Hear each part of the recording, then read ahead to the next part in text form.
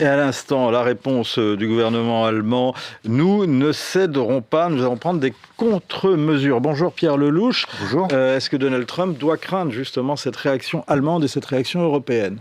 Écoutez, on va voir.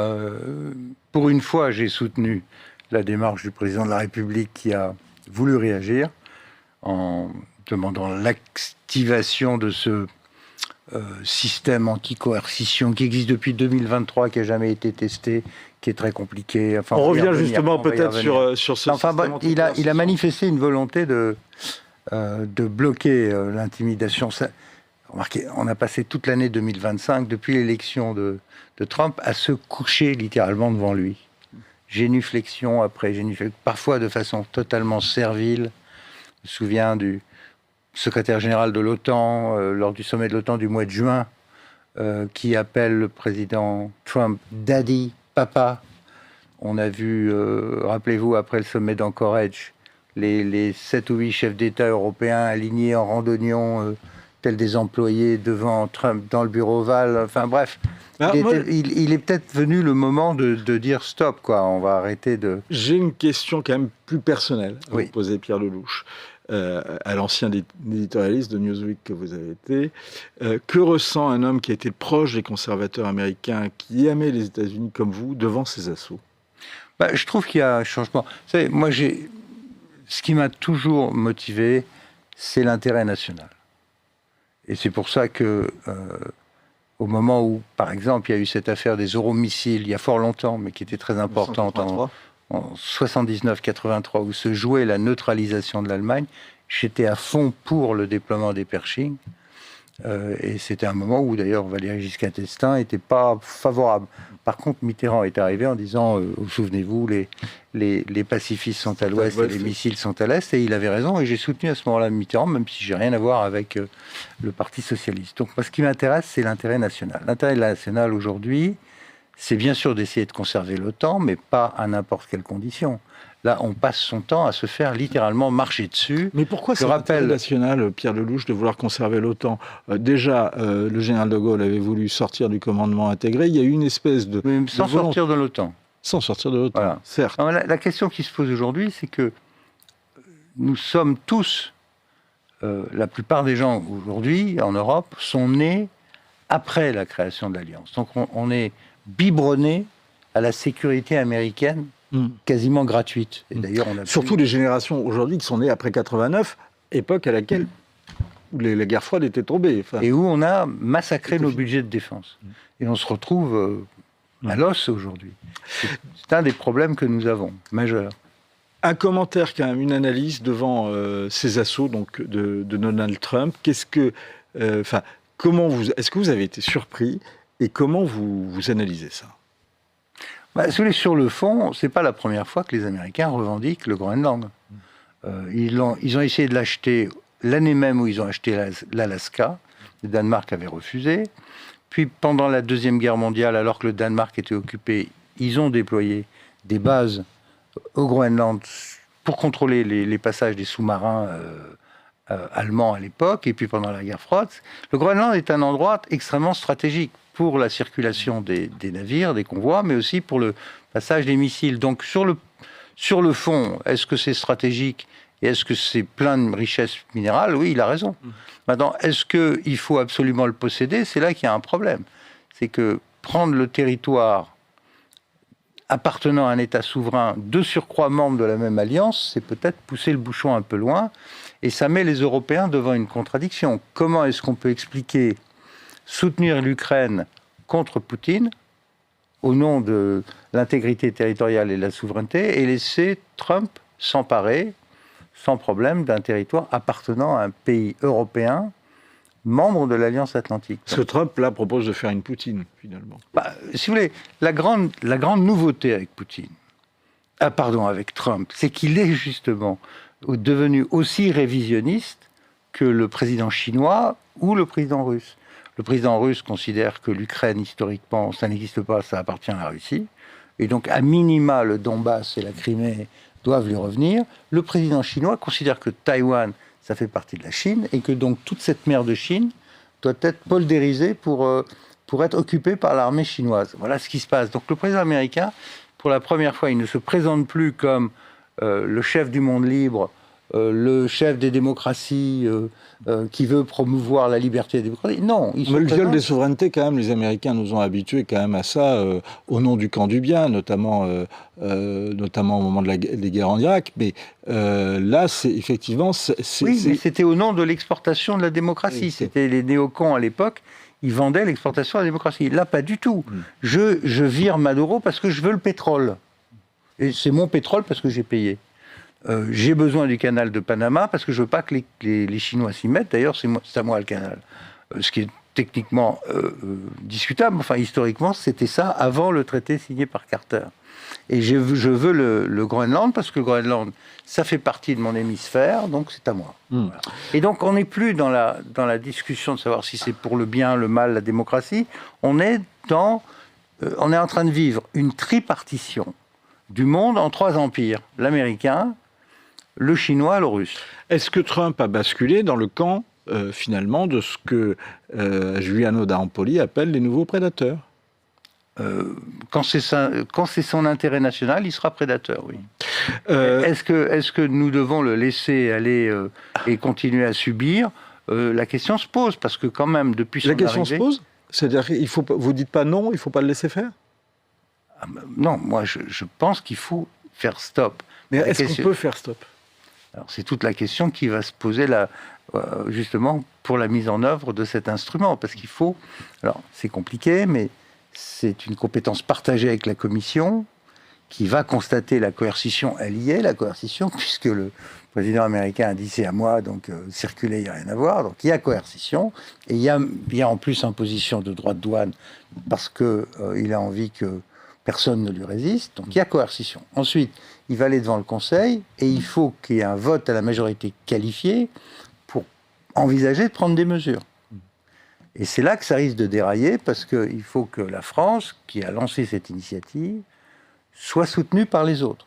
Seulement, les Britanniques sont d'accord, mais ils ne sont plus dans l'Union. Mais ce qui est ennuyeux pour M. Macron, c'est que lui-même est dans une situation de très grande faiblesse. Il vient de se faire humilier par la signature le week-end dernier du Mercosur. Donc, est-ce que ceux qui ont voté le Mercosur iront voter pour des mesures de coercition contre les États-Unis ? C'est toute la question. Le risque, c'est que le bazooka soit déjà enrayé.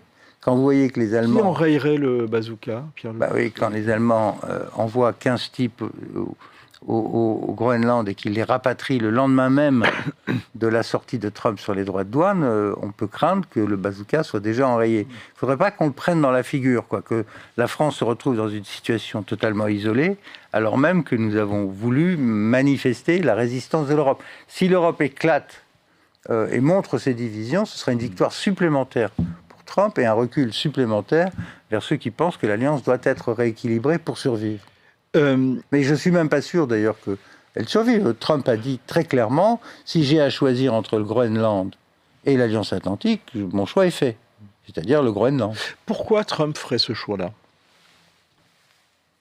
Parce qu'il veut marquer le retour de l'Empire américain et de l'intérêt supérieur des États-Unis, c'est tout.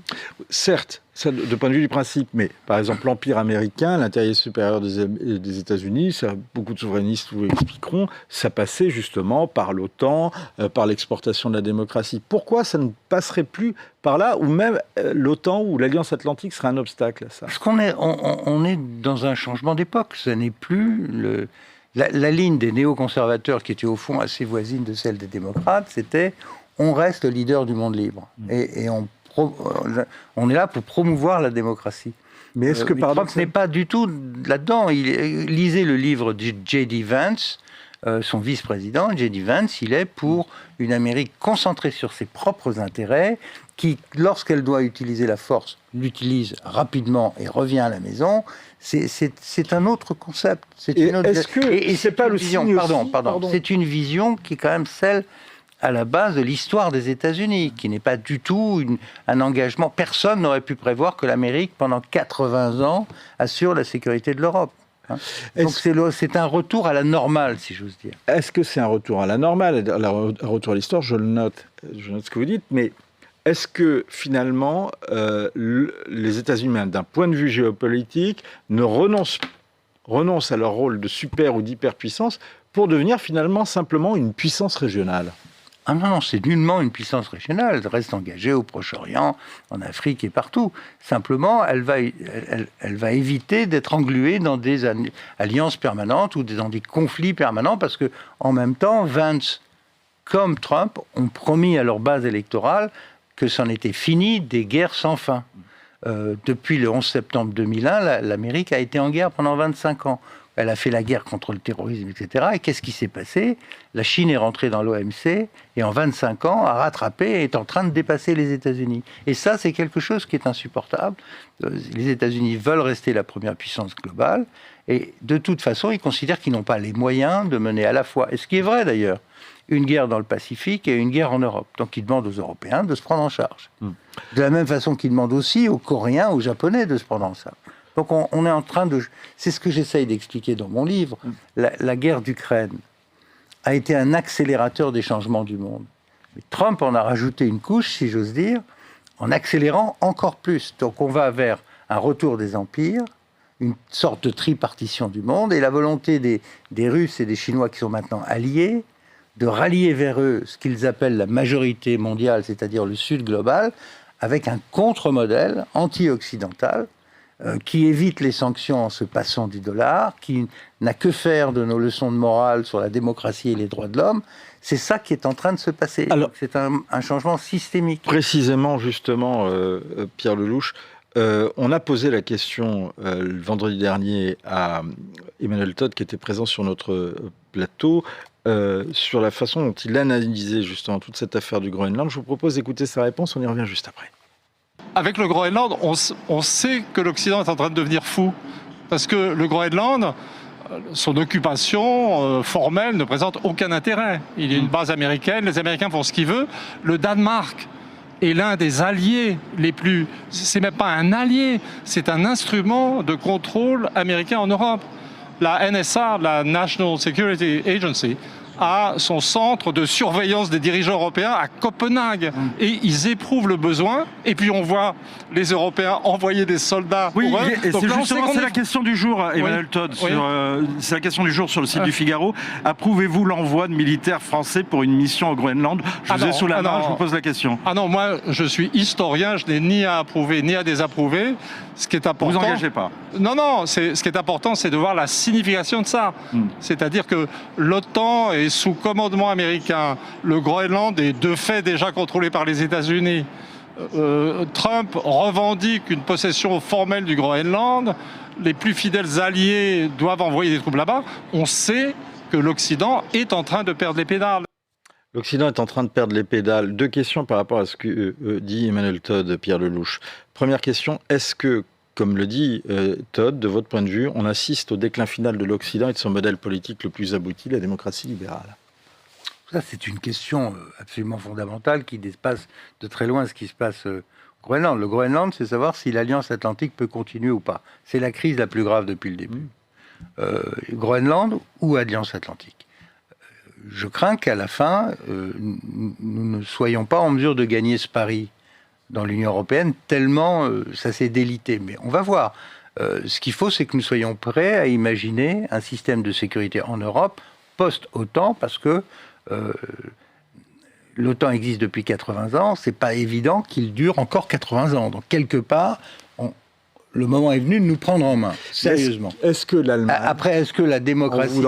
Est-ce que l'Allemagne, qui d'un côté est la première puissance européenne et ne veut pas justement qu'elle ne le soit plus, enfin en tout cas veut le rester, acceptera qu'il y ait une autre alternative. Et d'un autre côté, c'est une puissance, mais ils sont pacifistes, donc ils préfèrent que ce soit toujours les Américains qui s'occupent de la sécurité, donc ils feront tout pour accepter cette tutelle américaine pour assurer la sécurité.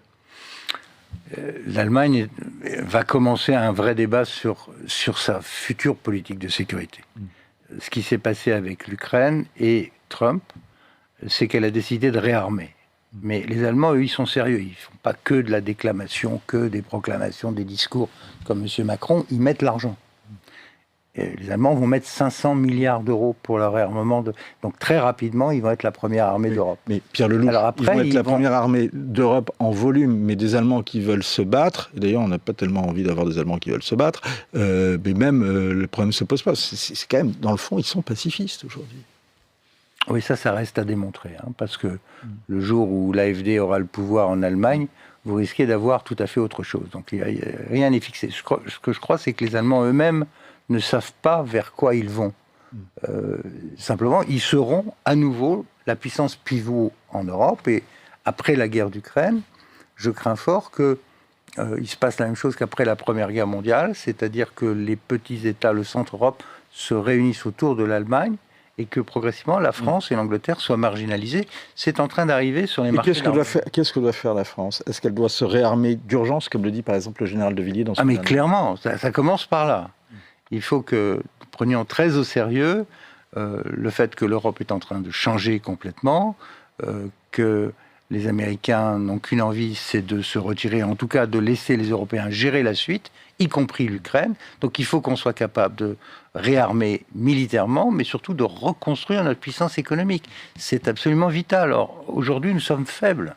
Et c'est cette faiblesse qui amène le Mercosur et qui peut amener aussi au fait qu'on n'ait pas de réaction crédible face aux Américains dans cette affaire du Groenland. Alors qu'on pourrait le faire. Qu'a inspiré d'ailleurs, c'est ma dernière question, Pierre Lelouch, à l'ancien secrétaire d'État au commerce extérieur que vous avez été, la signature du Mercosur? Je pense que ça a été très mal géré côté français. Voilà. Le Mercosur, moi j'avais déjà ça sur mon bureau il y a une douzaine d'années, donc c'est une vieille histoire, a commencé il y a 25 ans. Il faut savoir que c'est un accord de libre-échange entre un continent très industrialisé, ou encore très industrialisé comme l'Europe, très en pointe, et puis des pays sud-américains qui sont largement agricoles. Donc c'est très intéressant de vendre des produits de luxe, du champagne, des voitures allemandes, des machines aux Brésiliens, aux Argentins et les autres, mais il faut s'attendre à ce qu'eux veulent vendre des produits agricoles fabriqués dans des fermes à 10 000 hectares, avec des produits qu'on ne connaît pas. Donc dès le départ, il y avait un problème sur l'agriculture qui était en fait la variable d'ajustement de cet accord de libre-échange. L'agriculture, c'est très complexe, ça n'est pas que l'élevage. Donc il y a des parties de l'agriculture française qui vont bénéficier. En revanche, les endroits où il y a une vulnérabilité forte, par exemple l'élevage, les œufs, les fromages, des choses comme ça, peuvent s'arranger à condition qu'on prenne les mesures de précaution, les mesures de sauvegarde, les tests miroirs, le contrôle de ce que mangent les animaux, de comment ils sont faits, qu'est-ce qu'ils mangent, quels médicaments ils prennent. Ça n'a pas été fait. Donc là, tout ça n'a pas été fait, on a continué à négocier. Et c'est, si vous voulez, dans la nature des choses. Si les États ne se mobilisent pas pour insister sur tel ou tel aspect, la Commission va partir et négocier à votre place. Il faut savoir que le commerce extérieur comme l'agriculture sont des domaines fédéralisés en Europe, d'où le problème. Merci beaucoup Pierre Lelouch. Engrenage, réédition avec d'ailleurs une édition actualisée en livre de poche, c'est Odile Jacob à la collection Géopolitique et c'est absolument passionnant et c'est absolument à lire. Merci beaucoup. Merci,